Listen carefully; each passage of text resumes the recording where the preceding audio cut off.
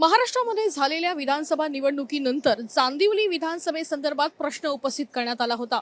चांदिवली विधानसभामध्ये ज्या पद्धतीने निवडणूक प्रक्रिया पार पडली त्यानंतर काँग्रेसनं ईव्हीएम मशीन संदर्भात प्रश्न उपस्थित केलेला होता।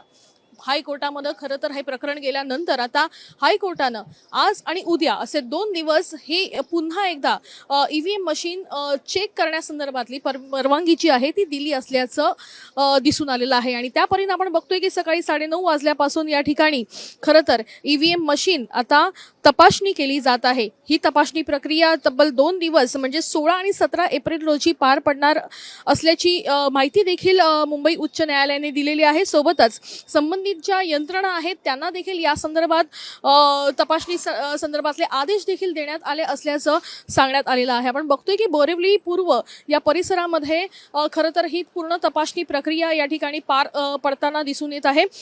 या एकूणच प्रक्रियेमध्ये विधानसभा निवडणुकीमध्ये शिवसेनेच्या शिंदे गटाच्या दिलीप मामा लांडे यांचा खरं तर या एकूणच निवडणुकीमध्ये विजय झालेला बघायला मिळाला होता।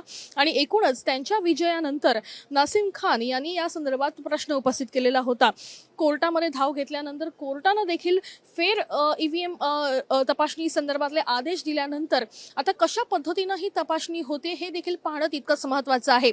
मुख्य म्हणजे या ठिकाणी नासिम खान यांच्या उपस्थितीमध्ये ही पूर्ण तपासणीची प्रक्रिया पार पडताना दिसून येणार आहे।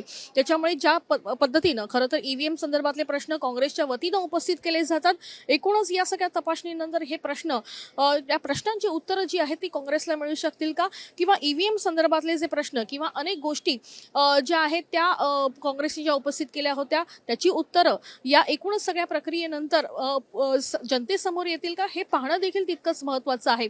मात्र अशा पद्धतीनं फेल तपासणी जी आहे ती उमेदवाराच्या उपस्थितीमध्ये करणं, अशा पद्धतीची ही घटना पहिलीच आहे। त्याच्यामुळे कशा पद्धतीची ही तपासणी होते आहे, ईव्हीएम मशीन ज्या आहेत त्या 20 आहेत, मात्र त्या ठिकाणी सध्या मिळाल्या आहेत का, किंवा किती मशीनचं चेकिंग जे आहे ते एका दिवसामध्ये होणं शक्य आहे, या सगळ्या गोष्टी खरं तर त्या ठिकाणी अनुत्तरित आहेत। मात्र लवकरात लवकर ही तपासणी होणार असल्याचं देखील संबंधित अधिकाऱ्यांनी देखील या ठिकाणी स्पष्ट केलेलं आहे। कॅमेरा पर्सन विक्रमसह वैदेही काणेकर, साम टीव्ही न्यूज, मुंबई।